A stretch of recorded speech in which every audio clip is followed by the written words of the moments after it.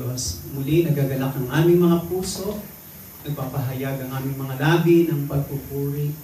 Pasasalamat sa inyong kabutihan at kadakilaan. Amen. Dahil minsan pa po, Panginoon, kami po'y pinagkalooban niyo ng buhay at lakas sa umagang ito. Kaya naman, aming tugon, Panginoon, ay pasasalamat. Dahil walang bagay sa buhay namin na hindi galing sa iyo. Na kahit kami, Panginoon, ay nagkukulang, kahit kami nagkakasala, hindi nauubos ang inyong biyaya. Ang inyong pag-ibig, pagmamahal sa amin. Kaya naman, Panginoon, lagi niyo kaming hinahanap, lagi niyo kaming sinusuyo, Panginoon, sa tuwing kami ay napapalayo sa inyo. Kaya bigyan niyo po kami lagi, Panginoon, ng inyong biyaya upang sa ganon, sa anumang mga pagsubok, suliranin na dumarating sa aming buhay, hindi po kami matalo. Hindi po kami madaig, bagkus lalo kami mapalapit sa inyo. Kaya ngayong tanghaling ito, ngayong hapong ito, samahan at pangunahan niyo po kami ng iyong Spiritong Banal. Mangusap po siya sa amin at siya po magturo sa aming kalagitnaan. Magministeryo po ang mga salita ninyo sa anumang aspeto ng aming pangangailangan na meron kami ngayong araw na ito. At sa inyo pong mga kamay, namin pinagkakatiwala ang lahat ng ito sa matamis na pangalan ng aming Panginoong Hesus. Ito pong aming sahod dalangin sa ngalan ng Ama, ng Anak at ng Espiritu Santo. Amen. Amen. Purihin natin ang Panginoon. Hallelujah. Bago tayo magsiupo, ay ating munang basahin itong mabuting balita ng ating Panginoon. In fact, this is the part 2 of our last Sunday, pero i-recap ko ng konti para maalaala natin yung nakaraang linggo. Medyo nabitin lang tayo kasi nagkaroon ng meeting dito sa venue natin pinagdadausan. But ganun pa man is isa pa rin itong blessing sapagkat ang salita ng Diyos sapat naman sa atin. Amen? Amen. So, ang ating pong gospel according to St. Luke o kay Lucas chapter 15. Magsisimula po ito sa verse 11 hanggang sa verse 24. Ulitin ko po, our gospel according to St. Luke chapter 15, simula po sa verse 11 hanggang sa verse 24. Jesus continued, "There was a man who had 2 sons. The younger one said to his father, 'Father, give me my share of the estate.' So he divided his property between them. Not long after that, the younger son got together all he had, set off for a distant country, and there squandered his wealth in wild living. After he had spent everything, there was a severe famine in that whole country, and he began to be in need. So he went and hired himself out to a citizen of that country, who sent him to his fields to feed pigs. He longed to fill his stomach with the pods that the pigs were eating, but no one gave him anything. When he came to his senses, he said, 'How many of my father's hired servants have food to spare? And here I am, starving to death. I will set out and go back to my father and say to him, Father, I have sinned against heaven and against you. I am no longer worthy to be called your son.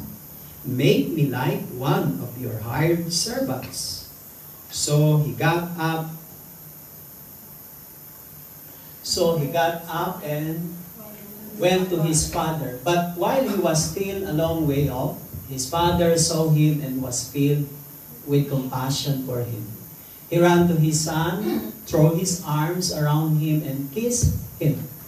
The son said to his father, 'I have sinned against heaven and against you. I am no longer worthy to be called your son.' But the father said to his servants, 'Quick! Bring the best robe and put it on him. Put a ring on his finger and sandals on his feet. Bring the fattened calf and kill it. Let's have a feast and celebrate. For this son of mine was dead, and is alive again. He was lost and is found. So they began to celebrate. Purihin natin ang Panginoon, purihin natin ang Diyos. Pwede na tayo makaupo, mga kapatid. Yan po. At last Sunday po ay tayo po ay nandito. At ito nga po yung ating pinag-aralan nung last Sunday. So pinart ko lang po kasi medyo nabitin po tayo noon. At napakaganda po ng message na gustong i-convey po ng Panginoon sa atin.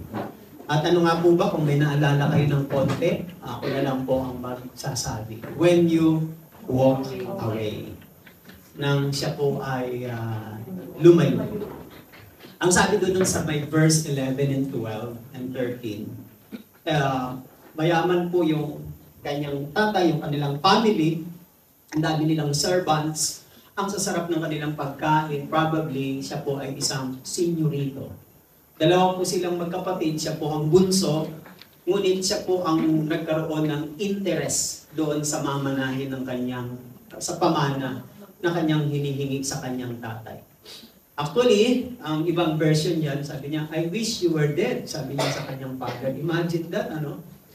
Kahit wala pa siya sa tamang edad o sa legality para kunin ang kanyang mamanahin, and the father divided his wealth, yung kanilang estate, sa magkapatid. At kinuha niya ang kanyang mana, at verse 13, and he went to a far country, he went to a distant country. Pagkakuha niya ng kanyang mana,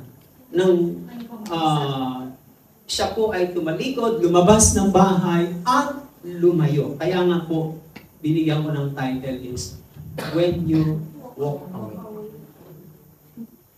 Kung lalayo ka, hindi ko makakaya ang mabuhay lang nag-iisa.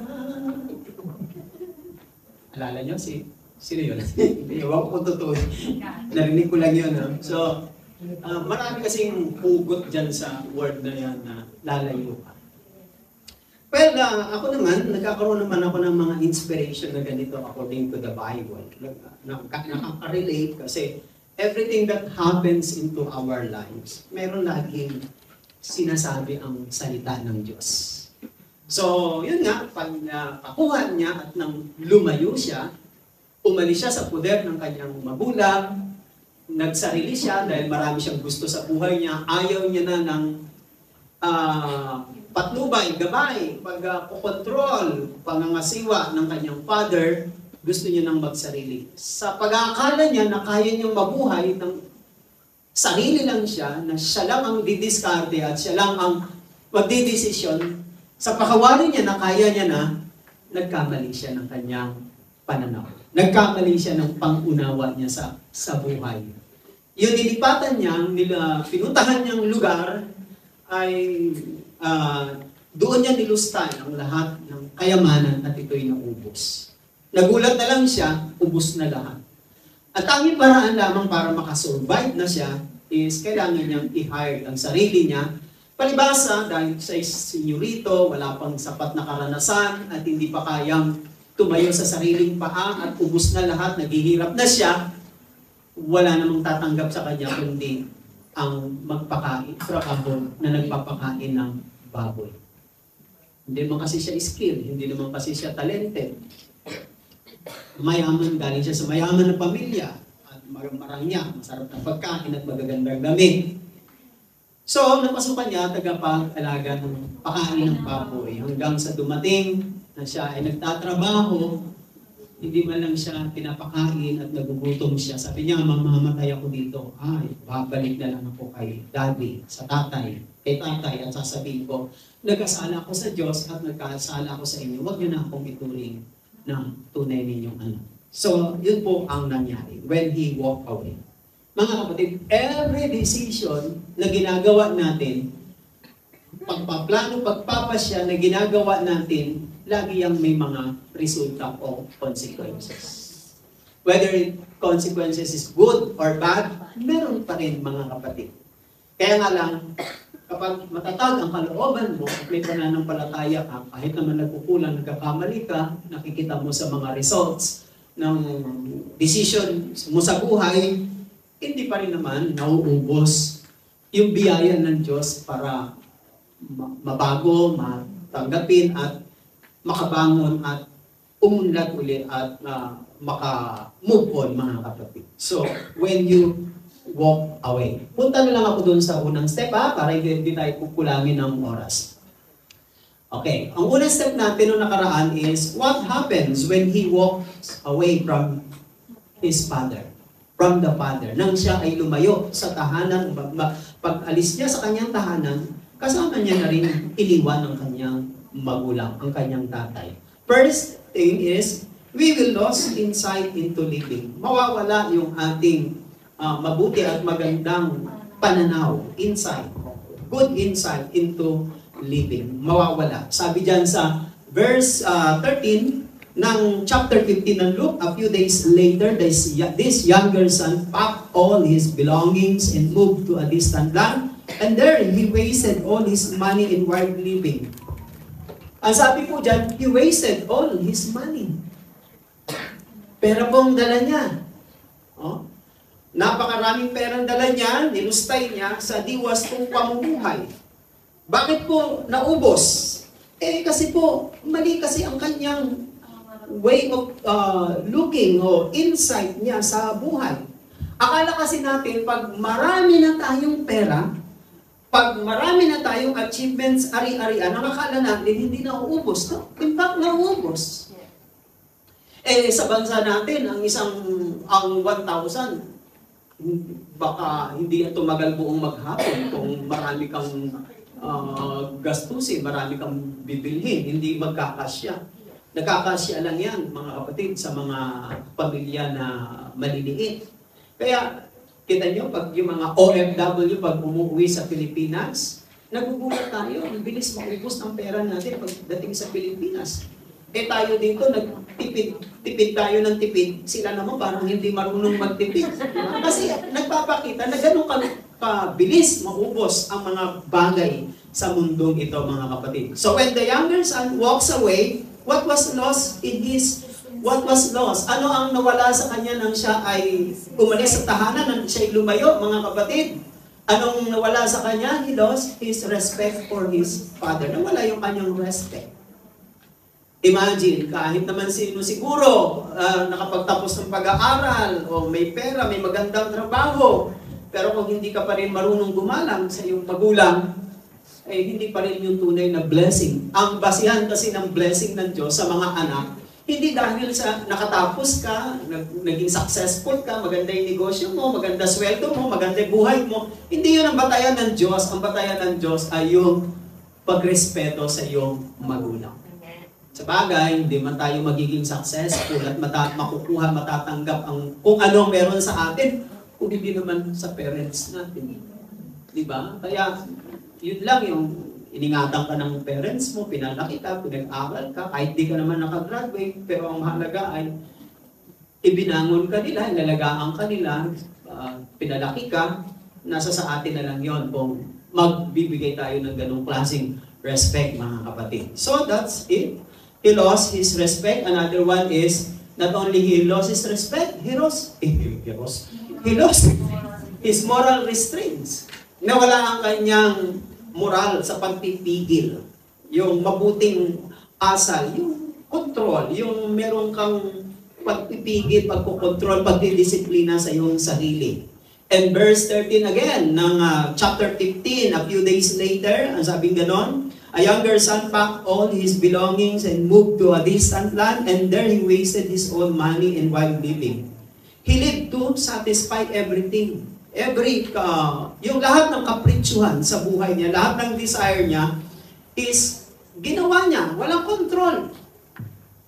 Imagine, pag sinabi kong wild living, lahat ng luho, lahat ng bisyo, so yun ang ginawa niya sa buhay niya. Hanggang sa naubos, hindi niya man lang binigyan ng pagpapahalaga. Maganda siguro kung bubukod ka, hihiwalay ka, at bibigyan ka ng mana ng iyong parents o magulang, yung napalago mo, napagyaman mo, at naparami mo, naging blessing sa buhay mo. Pero kung ang hatid ay kahirapan, palagay ko, what a big lesson, malaking lesson yan sa atin. Na maunawaan natin na sa pamagitan ng kawalan ng disiplina o control is yan din ang isang dahilan kung bakit tayo naghihirap, yung moral restraints. Hindi, sabi ko nga, not all are lawful. All things are lawful, but not all things are beneficial. Hindi po lahat ng pwede natin at gusto nating gawin. Pwede po, pero hindi po lahat yon ay magbe-beneficyo sa atin. Kadalasan sa mga nagagawa natin, yun din ang nagpapahirap sa atin. Tama po ba?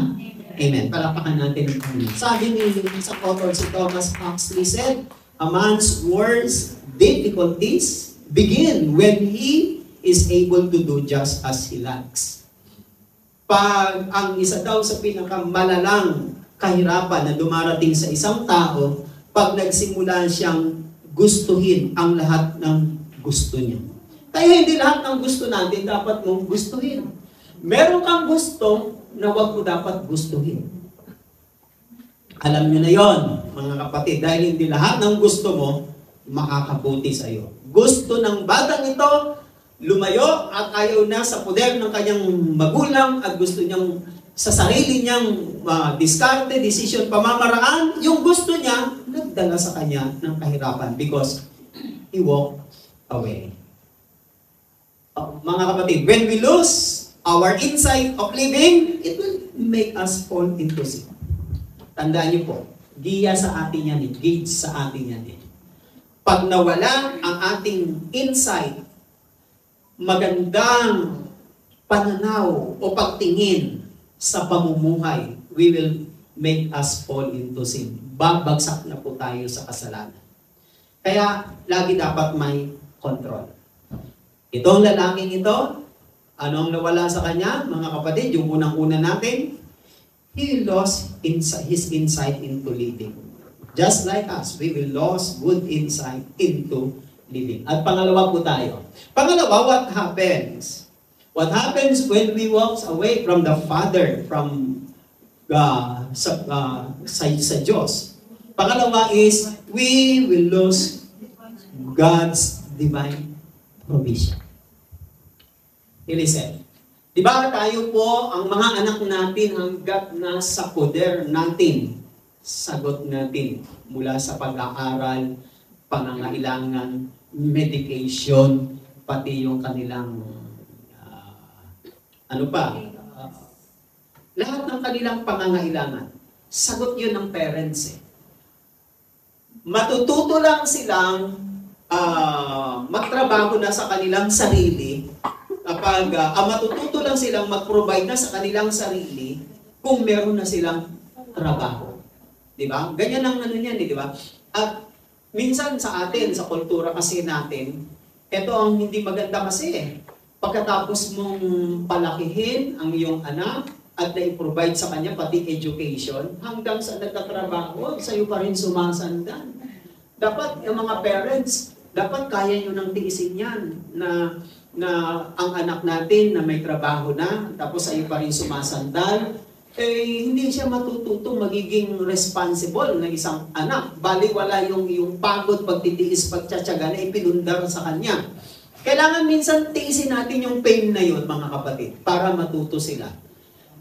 Pero, kung sila ay nasa gipit na kalagayan at walang-wala na, hindi mo matitiis yun bilang isang magulang. Pero kung may trabaho na siya, sa'yo pa rin nakasandal, palagay ko, mali ng klase ng pagkukonsinti sa magulang. Sa magulang, sa anak. So, anong nangyayari kapag yung anak natin ay lumalabas sa poder natin? Lumalayo sa atin. Sabi ng verse 14 and 15, about the time his money ran out. So what happens? Naubos ang kanyang salapi, yung kanyang kayamanan. A great famine swept over the land, Hindi niya akalain na magkakaroon pala ng taggutom sa lugar na pinuntahan niya. Siguro bumagsak ang ekonomiya, naghirap. And he began to starve. Nung nasa bahay siya ng kanyang parents, hindi siya nagugutom, nauubusan ng pagkain. Sa dami ng pagkain, bakit? Mayaman sila. Verse 15, he persuaded the local farmer to hire him, and the man sent him. Itong tumanggap sa kanya sa trabaho ay ang ibinigay na trabaho sa kanya, magpakain ng mga baboy. Anong nangyari? Nawala na yung provision. Naubos naubos ang lahat ng kayamanan. His money ran out. So, anong ibig sabihin niyan? Maaring masipag ka, mahusay ka, talented ka, magaling ka, pero bakit kung minsan, sino yung mga mahuhusay, masisipag, mahilig mag-ote? Yun lagi ang butas ang bulsa. Pansinin nyo? Yung iba naman, hindi nag-ote, pero hindi butas ang bulsa. Ang sipag magtrabaho, ang tagal-tagal nang nagtatrabaho, butas pa rin ang bulsa. Di ba dapat ganito? Yung walang trabaho dapat ang nahihirapan. Bakit yung may trabaho ang nahihirapan? Ang hirap unawain nito. Ang nahihirapan, yung maliliit ang sweldo, walang trabaho, or nagpa-part-time, etc., mahirap yun. Pero kung may trabaho ka, at tama ang sweldo mo, naghihirap ka pa rin, what's wrong? Anong mali? Kasi po, hindi po lahat ng blessing sa buhay natin, hindi po lahat ng natatanggap natin nagkakasya sa atin. Alam niyo po, pag galing sa Diyos at bigay ng Diyos, ang tawag dyan ay sapat. Sapat o pwede pang humigit pa sa sapat. Imagine, bakit po? Dito pumapasok po yung provision, paglalaan, o pagpuprovide ng Panginoon. Now, tinan po ninyo mga kapatid.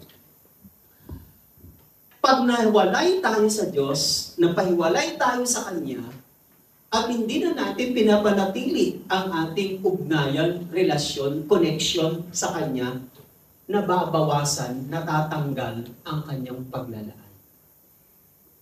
Maaaring kumakayod ka pa at nagsisipag ka, nagdo-double time ka, pero makikita mo, parang hindi masarap lasapin. Hindi masarap i-enjoy. Kasi sandaling dumating, simbilis naman nawala. Bakit po? Iba kasi yung galing sa kamay at pawis natin eh. Pero hindi sinasabi ng Diyos, huwag kang magpagal, huwag kang magpawis, huwag kang magtiyaga. Hindi sinasabi ng Diyos na huwag mong gawin yon. Ang ibig sabihin mga kapatid, na kahit nagpapagal at nagtitiis, nagtsatsaga ka, kapag ang pagtitiis at pagtsatsaga mo, ang Diyos ang nagpapaproduce, naglalaan ng blessing na yun para sa iyo, magkakaroon ka talaga ng joy and happiness. Because God's provision, mga kapatid, it brings us joy and happiness. Pero yung mga galing sa pagod, pagtitiis, pagpupuyat, double time natin, kahit na mag-enjoy tayo, ang bilis mawala, ang lungkot pa rin natin. Iba kasi, yung galing sa Diyos. Yung laan niya, provision niya, magkaiba yun. Minsan, alam niyo man, sa mga kalye, sa mga iskinita, laging nag-uusap-usap ang mga nanay, di ba? Pagkatapos na nila ng mga gawaing bahay, lalabas kita, chika-chika, ganyan. Dito lang sa Macau walang ganyan kasi lahat nakasarado yung mga pinto. Kahit nagkakasalubong sa hagdan, walang, hi, good morning, kamusta ka? Walang kwentuhan, wala rin batian. Sa atin, hindi maaari yun. Laging may ganyan. At kadalasan pinag-uusapan tungkol sa pera. Pag hindi showbiz, pera. Pag hindi pera, alam niyo, pag pinag-uusapan ng pera, connected dyan, kasama dyan yung mga utang-utang. Utang-utang, hirap-hirap, utang-utang. Sabi nila doon sa amin, parang si brother na lang ang hindi dito nang wala tayong nabalitaan ng utang. Yung asawa niya hindi nang utang. Alam niyo bakit? Kasi may principle ako eh. Ang isa sa principle ko, ayaw kong mangutang. Mas magtitiis na lang ako magdildil ng asin at toyo kaysa mangutang. Pero kung wala na talagang toyo, asin, o mantika, siguro pwede na akong mangutang. Pero hanggat may natitira pang asin, toyo, hindi ako mangungutang. Pinagtyagaan niya ng mga anak ko nang maliliit pa sila. Nung bago-bago pa lang kami magsama ng misis ko. Pagtalikod ko, umiiyak ako. Ang sakit sa puso. Makita ang kinakain ng anak ko. Sapat. Yung ganun lang. Pero na-survive namin yun. Kasi ayaw namin mangutang. Sabi ng mga kapitbahay kasi, yung mga mga pinsan, mga relatives ko, tsuhin-tsahin, pagdating pa naman ng linggo ng gabi, pag may kumatok sa bahay na mga pamangking ko, alam ko na yon, manghihiram na yun dahil pamasahe. Kasi Lunes walang pamasahe, naubos, ubusan ng budget siguro, ganyan-ganyan. Pahiram naman, ganyan-ganyan. Hindi ko matiis meron naman. Pero kung magpahiram ako, hindi ako nagpapahiram kasi ng malaki. Kasi pag hindi mabayaran, masasaktan ako. Maliliit ang pinahihiram ko. Pamasahe lang naman. Pagbayad lang ng tubig, magkano lang naman ng tubig, kuryente, para hindi maputulan. Sabi nila, sila naman namin, wala tayong alam na nangungutang mga yan. Saan kaya galing ang mga kinakain ng mga pagpapala niya? Imagine. Nagkukwentuhan sila. Pangalawa kasi ako, sunod ako sa panganay, ang panganay babae, ate ko. Na habang nagkukwentuhan sila, bakit yung ano ba tawag hipag ba yan, hipag? Bakit yung hipag mo? Parang hindi, bakit silang nung brother, nung kapatid mo, hindi, parang sila lang yata walang balita dito ng utang.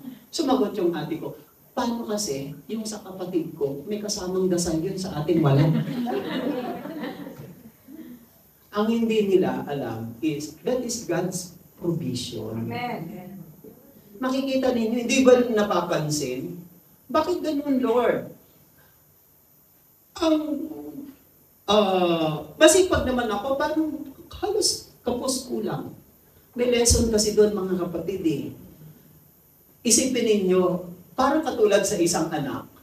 Kapag ang anak mo lumayas, umalis sa'yo, at hindi pa siya sapat ng gulang, hindi pa siya matatag, wala siyang skill, wala siyang kakayanan, abilidad. Ano mangyayari sa kanya? Maghihirap talaga siya. Bakit?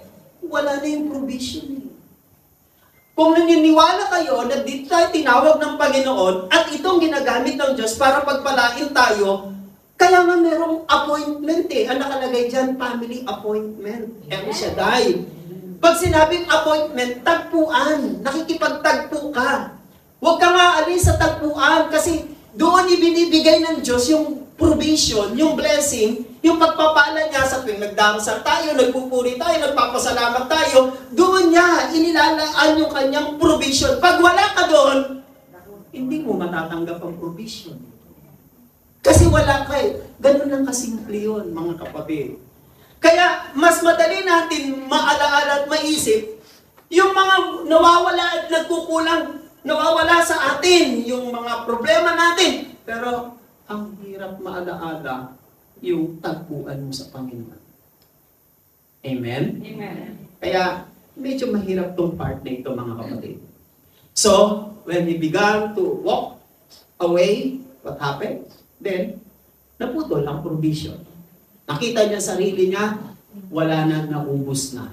Everything, life in this world, life in the world, in this world, and its course, at ang takbo nito ay laging changeable, or changing, always changing.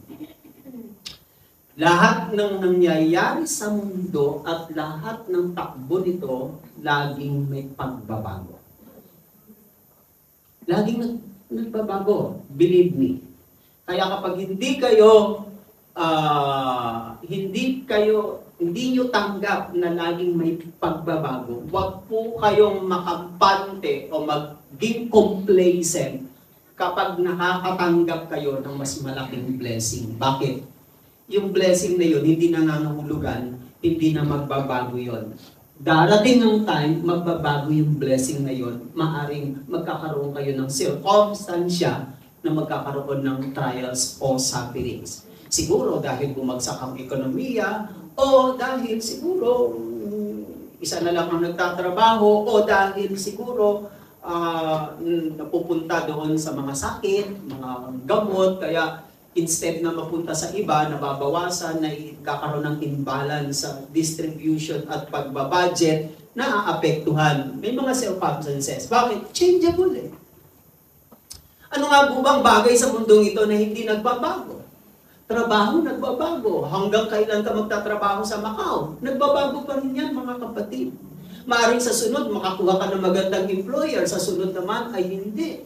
Maaring ang health natin, lalo yan, changeable yan. Dahil noon, pag nagkakasakit, siguro nasa edad na ng 60, 70. Ngayon, ang nagkakasakit, nasa 25, 30. Di ba? Nakikita nyo?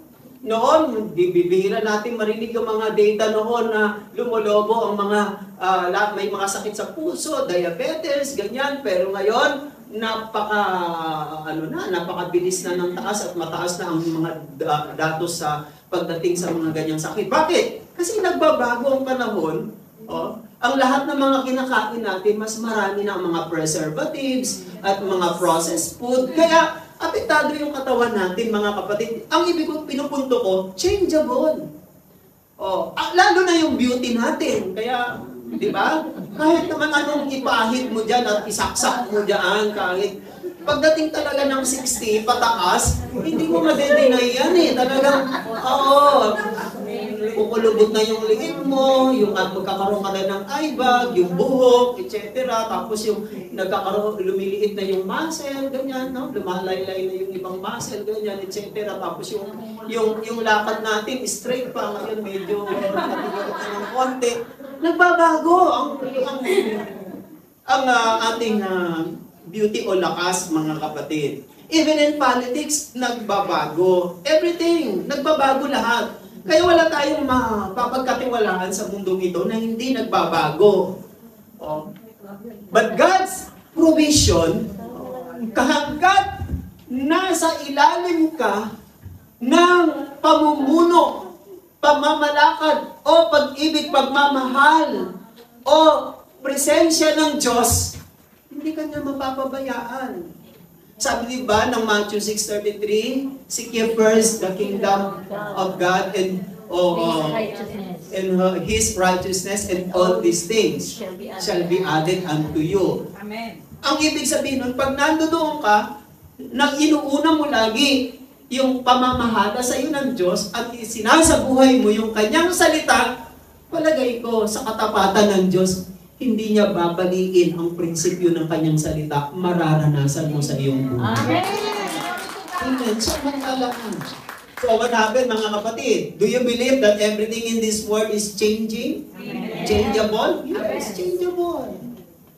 Na-surprise yung batang ito, na-surprise tong younger son na ito, nakala niya, pag lumaya siya, umalis siya sa poder ng kanyang magulang, ay hindi na magbabago ang sitwasyon. Biglang nag-shift.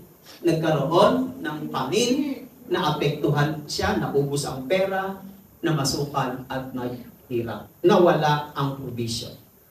Naalala niyo ba sa Bible when si Adan, sabi diyan, dito siya nakaisip.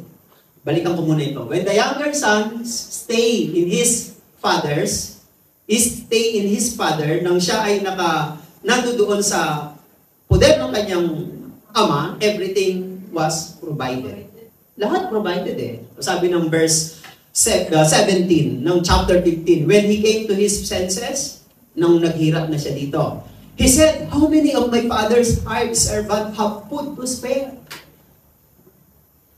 Ang dami daw, mga pagkain, ang kanilang mga katulong ng kanyang ama, napakaraming pagkain. And here I am starving to death. Nakita niyo po ang resulta?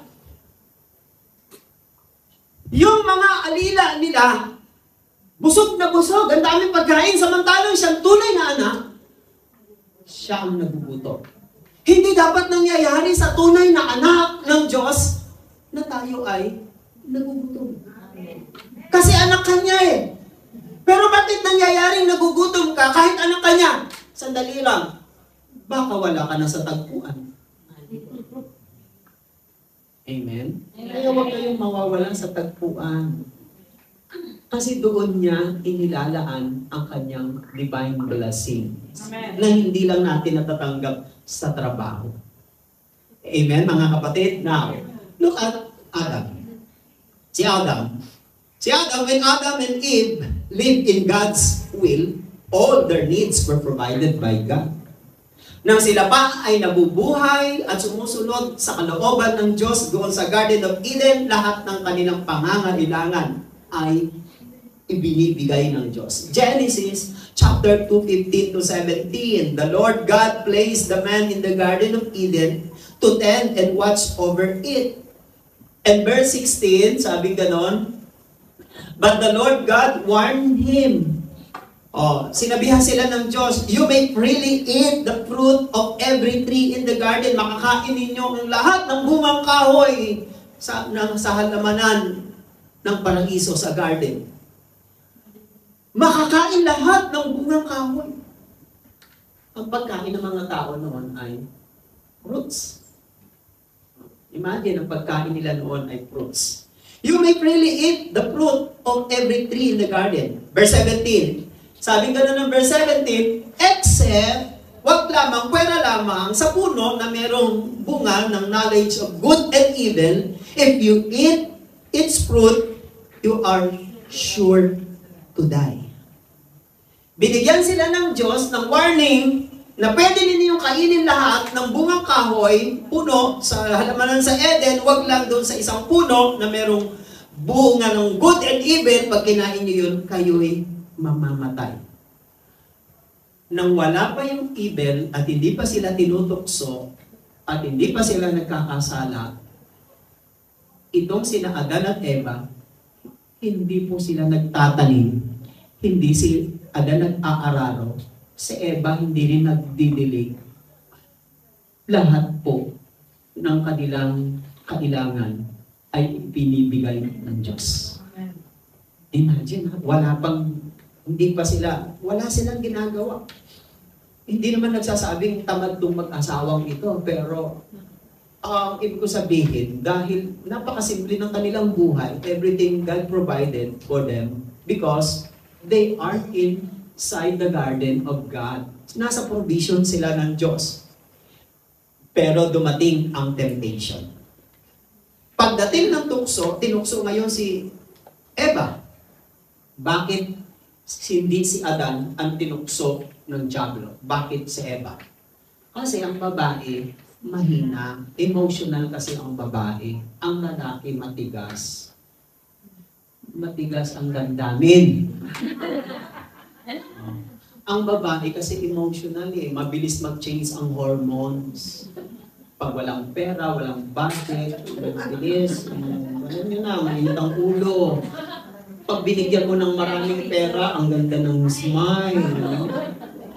Madali ng pakisamahan. Ganyan eh. Pag ang babae nakakita ng madumi sa bahay, mag-iinit ang ulo, magbubunga nga yan. Pero kapag ang lahat sa bahay ay organized, malinis, nakangiti yan, tahimik yan. Mga ganyan eh. Kaya emotional talaga ang babae. Ang mga lalaki, pag tinanong mo, eto, okay na yan. Eto, okay na yan, tama na yan. Ang ganda ng mga lalaki, di ba?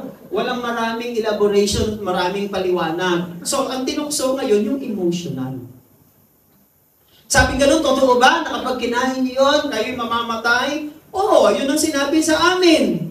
So, temptation is a challenge and opportunity for us if we live in God's will or in our own will. Ganyan yan eh.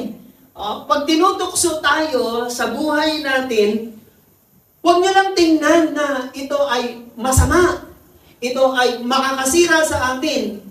Pwedeng gamitin ng Diyos sa pagkakataon o testing sa atin kung mag-i-stay ka ba at susunod ka ba sa salita sa kalooban niya o aalis ka, lalayo ka sa kalooban niya, at susundin mo ang kalooban mo. When Eve obey His will, not the word of God, dinamay niya ang asawa niya. Honey, daddy, ang sarap nito, ang kintab, magmula-mula. Alam mo ba, ang sarap nito. Pag kinain daw natin ito, magiging kapantay tayo at katulad tayo ng Diyos. Siguro, ang weakness ni Adan ay yung kanyang asawa. Sige darling, wag mo lang ako iwan. Hindi ako mabubuhay kung wala ka. Sige, sumang-ayon, then they fall into sin. Alam niyo mga kapatid, kaya tayo tinutokso, sinusubok ng mga problema utokso. China-challenge tayo ng Diyos. Gusto niyang itest kung saan ka mabubuhay. Mabubuhay ka ba sa kanyang provision, sa kanyang control, sa kanyang guidance, o mabubuhay ka ba sa sarili mong diskarte, sa sarili mong desire, sa sarili mong choice? Yun po ang testing noon. Eh, palibasa, si Eva, ang pinili niya, yung desire nila. Kaya, kinuha niya at binigyan niya ang asawa niya, kumain silang dalawa. What happens? Anong nangyari mga kapatid? No. Yun, in Genesis chapter 6, the woman was convinced. So, she saw the tree was beautiful and its fruit looked delicious. And she wanted to, wisdom it would give her. She took some of the fruit and ate it, then she gave some to her husband. Binigyan niya ngayon. Dito ako ngayon. And what happened? What happened to Adam and Eve when they walked away from God's will?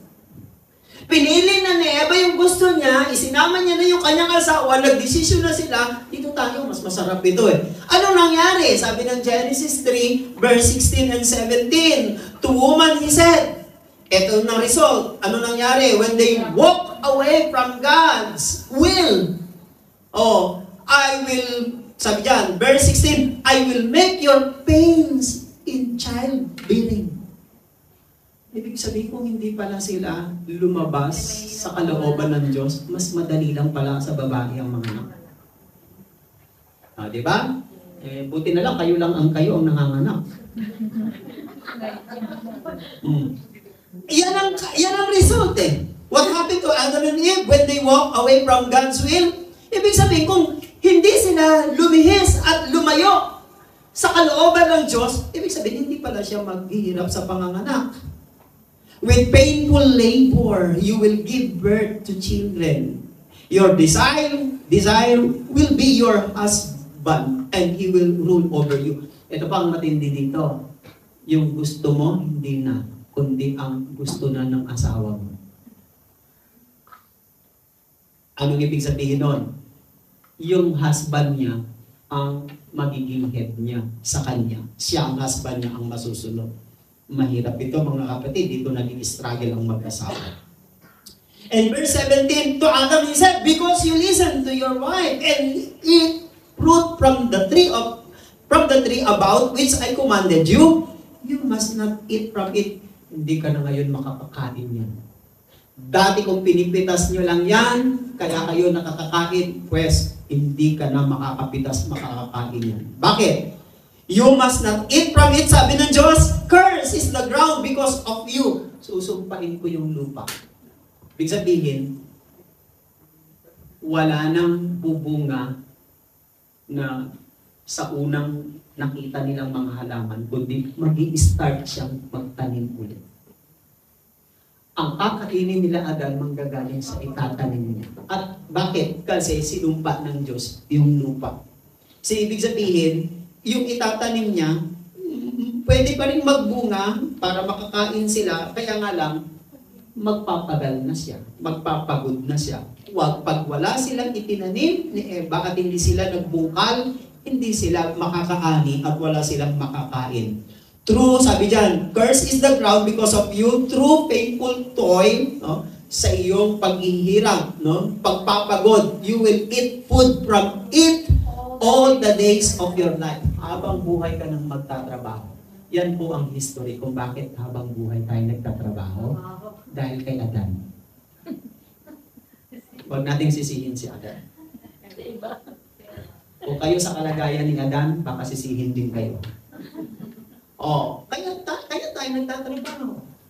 Diba? That's life eh. If you don't work, hindi ka mabubuhay. Maliban na lang kung may sustento sa'yo. Pero ang hirap nun, nabubuhay ka dahil sa sustento ng iba. Maliban na lang kung hindi mo na kaya talagang mag-work. Pero kung kaya mo pa mag-work, tapos sumasandal ka lang sa sustento ng iba, palagay ko, dala-dala lagi yun ang konsensya mo habang kahit saan ka pumunta. And Genesis 3:23 says, sabing ganon, so the Lord God banished them from the Garden of Eden. Pinalayas na sila ng Diyos. Kung pinalayas sila ng Diyos sa Garden of Eden, ibig sabihin, hindi na sila makakapitas, hindi na sila makakakuha ng mga prutas sa Garden of Eden. Magsisimula na sila ng kanilang garden. Doon sila mabubuhay at doon sila kakain. Bakit? Wala na sila sa provision ng Diyos. Adam out to cultivate the ground from which he had been made. So that's life. Napakahirap. Ang mapalayo sa Diyos, mapapalayo rin ang kanyang divine provision. Pag nanatili ka sa Panginoon, kahit mahirapan ka pa sa mga problema at pagsubok, ang kaluluwa mo, ang isipan mo, mapapanatag ka, mararanasan mo pa rin ang blessing ng Diyos. Amen. And lastly, panghuli. Panghuli is what happens when we walk away from the Father. Panghuli, mga kapatid, is we will lose our privileges as children of God, as God's children. We will lose our privileges. Everything that we have is God's privilege. Pribilehiyo ng Diyos na binibigay sa atin. Wala namang sa atin na nagsimula sa atin. Lahat ito ay pinagkaloob ng Diyos. And Luke 15, verse 18 and 19. Tingnan po natin ito. Nasa na siya? Malayong lugar, naghihirap na siya, wala na siyang pagkain, wala na siyang provision. Sabi niya, but his father, I will set out and go back to my father. Sabi niya, tatayo ako rito, babalik ako sa aking ama, babalik ako sa prayer meeting, babalik ako sa chapter. Babalikan ko kung saan ako tinawag, kung saan ako galing, kung saan ko siya naranasan, kung saan ako pinagpala. Babalik ako. Yan kung ibig sabihin yan.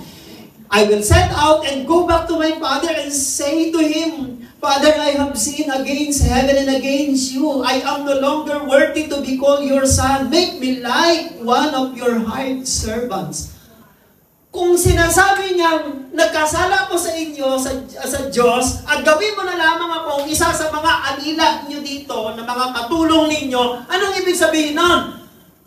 Wala na siyang pribilehiyo. Ang prayer niya, pagkalooban pa siya kahit na lang isang servant. During the Bible time, servant has no privilege. Pag servant ka, wala kang privilege. Ang privilege niyan ay nandoon sa mga anak. Anak siya. Tinanggap niya na yun siguro, basta mahalaga, tanggapin lang siya ng kanyang tatay kahit wala ng pribilehiyo. Hindi nga pwede dahil mahal na mahal siya ng Diyos eh. Alamin natin ngayon mga kapatid. What privileges did the younger son lose when he was walked away from the father? Ano yung nawalang mga pribilehiyo sa buhay niya? Basahin natin ang Luke chapter 15 verse 22 and to 23. But his father said to the servants, nakabalik na siya, no? Doon na siya, probably nasa pintuan na siya ng kanyang bahay ng kanyang tatay. Sabi ng kanyang tatay, quick, bring the finest robe in the house. Dali! Kunin ninyo ang pinakamagandang damit, pinakamahal at pinakamagarang magandang damit at isuot sa kanya. Kunin ang singsing at isuot din sa kanya. At kunin din ang sandals at ipasuot sa kanya. At ang pinakamaganda sa verse 23, patayin natin ang pinakamatabang guya. Patayin ninyo ang pinakamatabang guya. Sabing gano'n, pinakamatabang guya. at tayo po ay magdiwang at magpiesta, magsayawan, magsaya tayo. Kawawa naman yung matabang buya. Siya ang pinatay. Kung nakakapagsalita lang yung matabang buya, bakit pa kasi bumalik ito? Kung hindi ito bumalik, hindi ako makakatay. Parang ganun yung ibig sabihin. Napansin niyo po dyan yung best robe, finest robe, and ring, and sandals. What privileges did the younger son lose when he was walked away from the father? Yung tatlong binanggit dito, the finest robe, the ring, and the sandals, mga kapatid, meron pong mga simbolo po yun. Meron pong mga kahulugan yun, mga kapatid. Kung ipinasusuot sa kanya yung bagong damit, ibig sabihin, nang umalis siya, maganda rin yung kanyang damit. Palibasa, sa sobrang hirap, pag uwi niya, wala na siyang magandang damit. Siguro na benta niya na rin. Finest robe. Kapag anak ka ng mayamang pamilya, probably you were finest robe. At yung singsing, pag uwi niya, sasabihan ba siya ng tatay niya na, suotan ng singsing yung anak ko. Wala na siyang singsing, kaya pinasusuotan uli ng singsing. Nang umuwi siya, nakapaan na lang siya. Nang umalis siya, naka-sketcher siya. Pagdating niya, nakapaan na lang. Nagulat yung tatay. Kunin ang sandalyas at isuot sa kanya ang sandugo.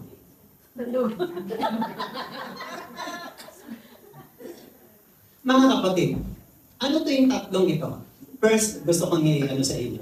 What the privileges did the younger son lose when he walked away from his father? Unang, he lost his dignity. Nawala na ang kanyang dignidad. Listen.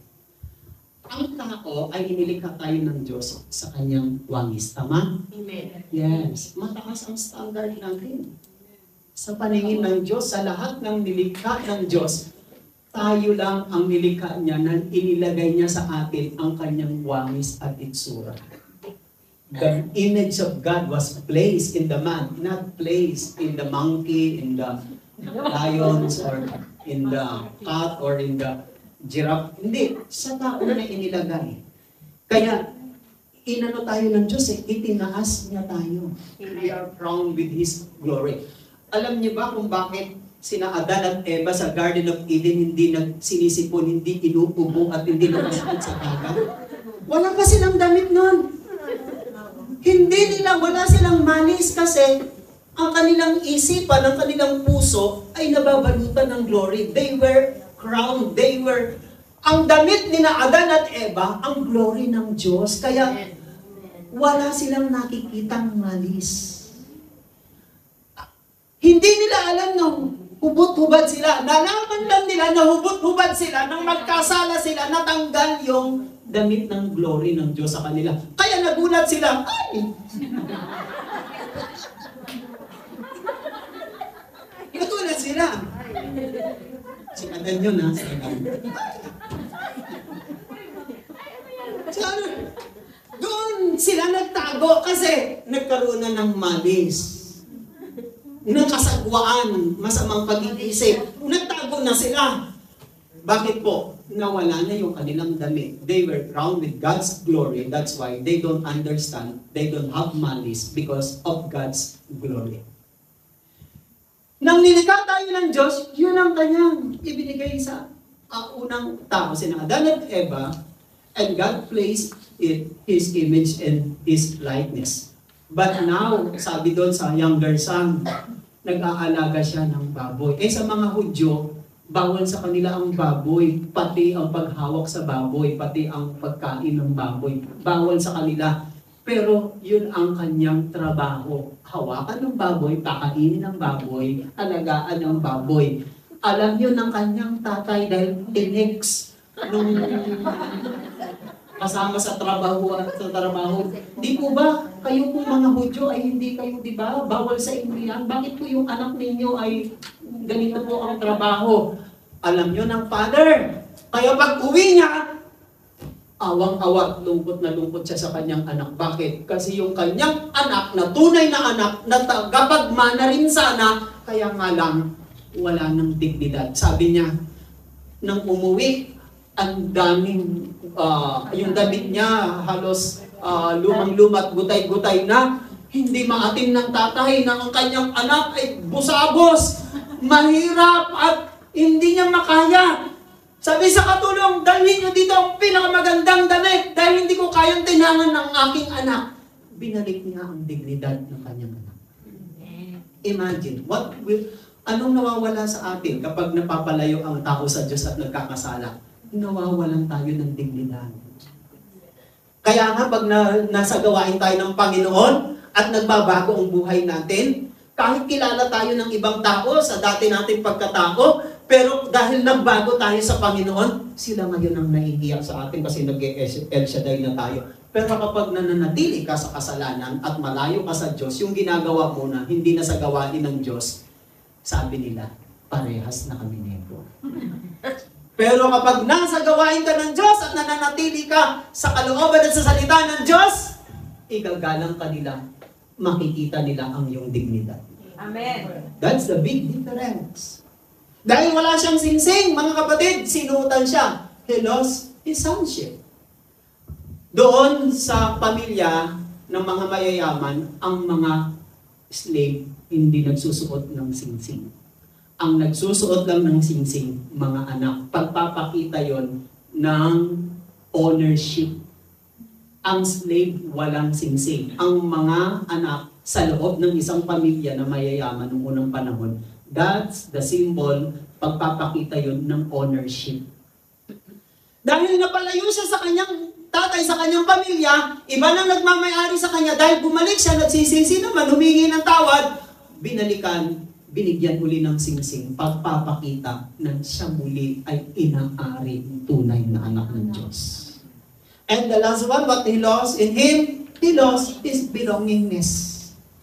Nawala ang kanyang belongingness, mga kapatid. Anong ibig po sabihin nito? Nung una, sino ng mga kasama niya, yung mga barkada niya, mga kaibigan niya, dahil marami pa siyang pera, nang malustay at maubos, ni isa sa kanila walang natira. Wala nang tumatanggap sa kanya, wala nang umaari sa kanya. Naghahanap siya ng masasamahan ng barkada o tropa, wala nang tumatanggap. Bakit? Wala siyang pera eh. Wala siyang magandang damit at wala siyang magandang trabaho at wala rin siyang sweldo. Paano ka makakakuha ng grupo? Paano ka makakakuha ng mga barkada, kaibigan? Kung wala kang pera, wala kang trabaho. Walang nakikipagkaibigan sa walang pera, walang trabaho, at walang magarang damit. Pero pag may pera ka, may trabaho ka, may magarang damit, napitin ka. Yes. Gusto kang gawing kaibigan para mautangan ka.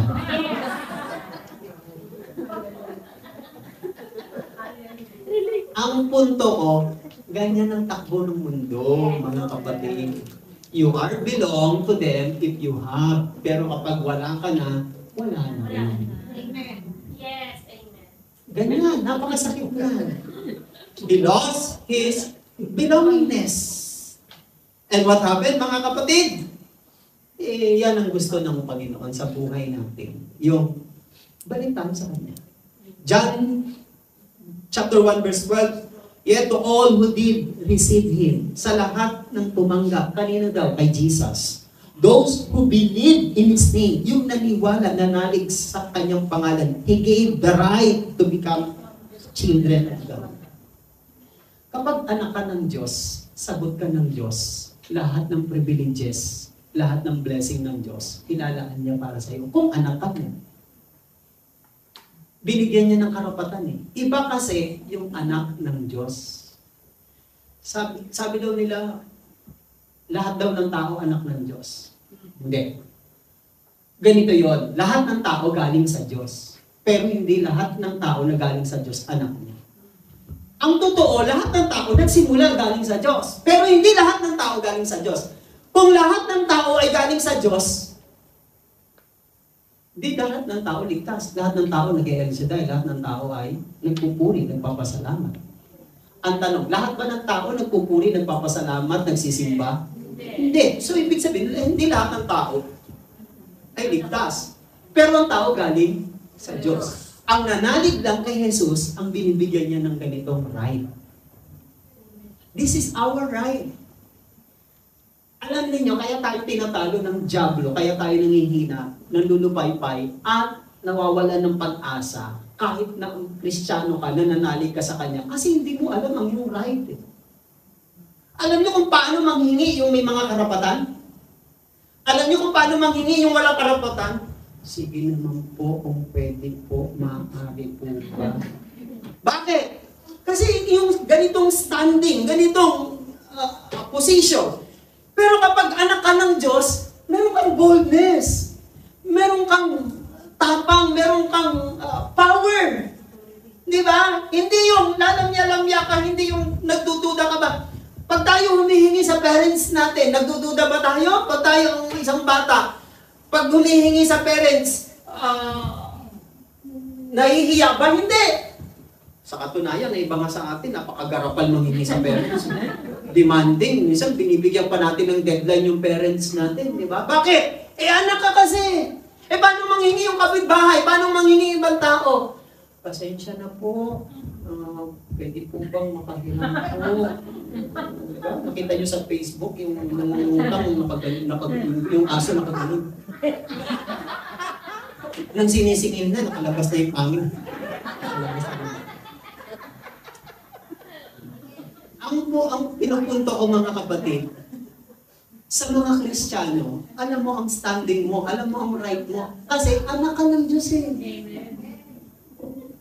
Bumalik siya sa kanyang tatay, alam niyang anak siya, hindi mawawala yun. Kaya nga lang, nawala lang yung mga privilege, ibinalik ng kanyang tatay. So, this is our special advantage or right possession by an individual na nananalig sa Diyos. Mga kapatid, eto, sa akin naman ito. Hindi ka ba grateful kahit na nagkakasala ka at di nagiging tapat sa Kanya, hindi pa rin siya nakakalimot? Tingnan niyo po ito.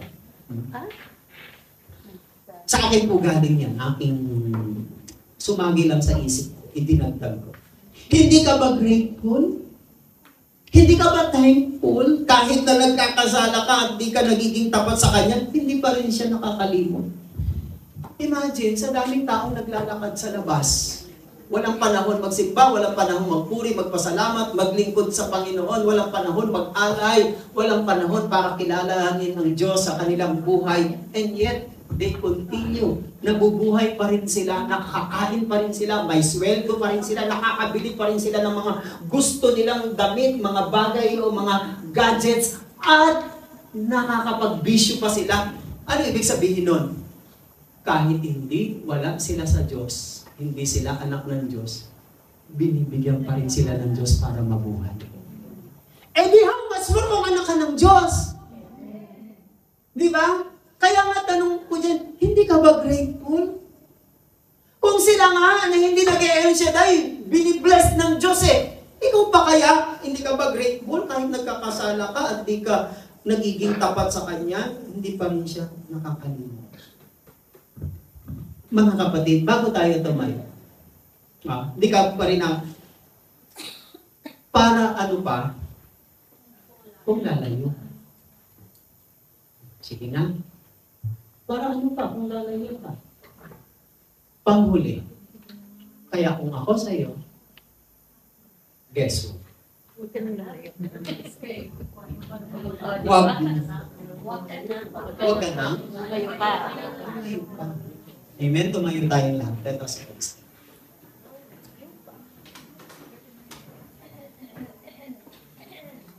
Lalapit muna tayo sa Panginoon sa mga salamat. At sa paglapit natin sa Kanya, ating pagnilayan, ating i-meditate ang mensahe ng Panginoon sa ating ngayong sandali.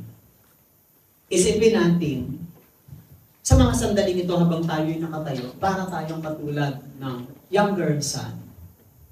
Napakaraming nawala sa buhay niya. Pinilit niyang mabuhay mag-isa. Pinilit niyang tumayo, manindigan sa kanyang sarili, at lumayo sa kanyang poder ng kanyang ama. Ngunit, sadyang nagbabago ang lahat ng takbo ng panahon. Hindi niya akalain na mauubos at ang lahat ng salapi o pera niya at hindi niya akalain na siya'y magugutom at maghihirap. He almost lost everything in his life. But God is so gracious. Napakabuti ng Diyos. Napakabuti niya sa atin. Hindi nagsasawa. Hindi nakakalimot. Hindi nagkukulang. Hinihintay niya lang kung babalik ka sa Kanya at mananatili sa Kanya. Kaya kung ako sa'yo, huwag nang lumayo pa. Hallelujah. Sa Diyos Ama, ika'y lumapit na, kabiguan, kalungkutan, ay kaawin niya. Bawat pangakuan, tugong tinigis niya, sa'yo alay upang lumapit ka. Sa'yo, Panginoon, sa'yo alay upang lumapit ka. Sa'yo'y alay upang lumapit ka. Hallelujah. Yes. Mga kapatid, this is a challenge for us.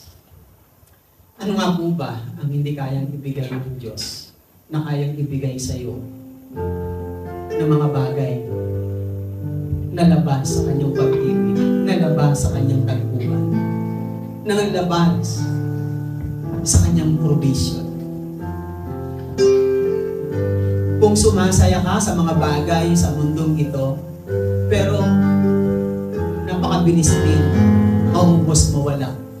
Tapos malulungkot ka na naman, mag-iisip, mag-aalala, matatakot, paulit-ulit na nangyayari. Subalit, ang Diyos, laging bukas ang kamay, bukas ang pintuan, naghihintay sa atin na ibalik ang ating connection, ang ating fellowship, ang ating relasyon, ang ating ugnayan. Sa labas ng presensya ng Panginoon, nasasaktan tayo, nadidisappoint, nasusugatan, nagkakamali, nahihirapan, biniblame, at higit sa lahat, nakakaranas tayo ng dissatisfaction. Bakit? Kung sino pa yung nagbibigay sa atin ng tunay na kagalakan, tunay na pag-ibig, tunay na protection, tunay na pagpapala, saka naman tayo lumalayo. Panginoon, tulungan niyo po kami. Huwag po kami mapalayo sa inyo. Yung kayo po lagi ang kauhawan namin. Yung kayo po lagi ang iniisip namin. Yung kayo po ang pinasasabihan namin. Kahit po may trabaho kami, kahit may pera kami, kahit may blessing kami, kahit may pagpapala kami, Panginoon, kung wala naman po kayo sa amin, parang kulang. Tulungan niyo kami, Panginoon, na doon namin ito laging hanapin sa inyo. Dahil wala nang pinakamayaman pa sa inyong harapan ay walang iba kundi yung nasa presensya ninyo. Kapag kayo, Panginoon, at ang presensya nyo at ang yung spirito nyo, pinupuno nyo kami, binubusog nyo kami, Panginoon, hindi namin nararamdaman yung hirap, bago. Hindi ko namin nararamdaman, Panginoon, ang kawalan. Ang nararamdaman namin yung kapunuan ng inyong presensya. When the younger son returns to his father, everything that lost in him was restored. The fine robes, the ring, and the sandals. Panginoon, salamat. Yung nawawalan sa amin dahil sa paglayo namin sa inyo, salamat. Hindi po kayo nagbabagong Diyos, ibinabalik niyo po, Panginoon. Dito po namin natatagpuan niyo. Kaya lahat po ng aming prayers ngayong sandaling ito, hipuin mo kami. Would you mind, Lord, touch us once again? Refresh us. Strengthen us. Lord, lift us. Abutin niyo po kami sa mga sandaling ito dahil marami po sa amin ang nananabang, nanghihina, nanglulupaypay. Marami sa amin ang parang give up. Panginoon, wag po kami matalo ng kaaway ng Diablo. Busugin niyo po kami sa mga sandaling ito. Ang aming kaluluwa na laging naghahanap, laging gutom na uuhaw sa inyo. Busugin niyo kami, Panginoon. Yakapin niyo kami, Panginoon, ng mahigpit. Na walang sino man sa amin ang bibitaw at lalayo sa inyo. Kahit sakit, karamdaman, pagsubok, kahirapan, utang, o mga aksidente, hindi ito ang dahilan para mapalayo kami sa inyo. Pagpos, lalo ba itong maglapit sa amin, Panginoon? Ipuin niyo kami, Panginoon. Pagpalain niyo po lahat ng prayers natin ngayon. Lahat po ng aming kailangan ngayon, abutin niyo po, Panginoon. Pagpalain niyo po lahat ng aming dala, lahat ng aming prayer requests, lahat po ng aming handog, lahat po ng aming alay. Maliit man malaki, Panginoon, kayo ang nagbabalik ng higit pa sa lahat. Dahil sa inyo nang gagaling ang tunay na kasapatan, kaligayahan, kakontentuhan na hindi kayang ibigay ng mundo. Pagpalain niyo po ang aming trabaho, ang aming employer, higit sa lahat ang aming buong pamilya. Salamat po ng marami sa inyo, Panginoon. Ang lahat po ng ito ay amin ang pong samot dalangin sa pangalan ni Jesus, sa ngalan ng Ama, ng Anak at ng Espiritu Santo. Amen and amen. Next Sunday po ay probably we are celebrating our El Shaddai ng Mother Chapter natin sa Manila, sa Ambel, Parañaque po, ng 40th anniversary. 40th anniversary ng paglalakbay ng Faith, Love, and Unity. Kaya isi-celebrate natin yung 40th anniversary ng El Shaddai, yung pangkahalatan po, no? At wag po kayong mawawala, dapat nandito po kayo. Kung maaari, magdala po kayo ng sino mang close sa inyo, friends ba yan o loved ones.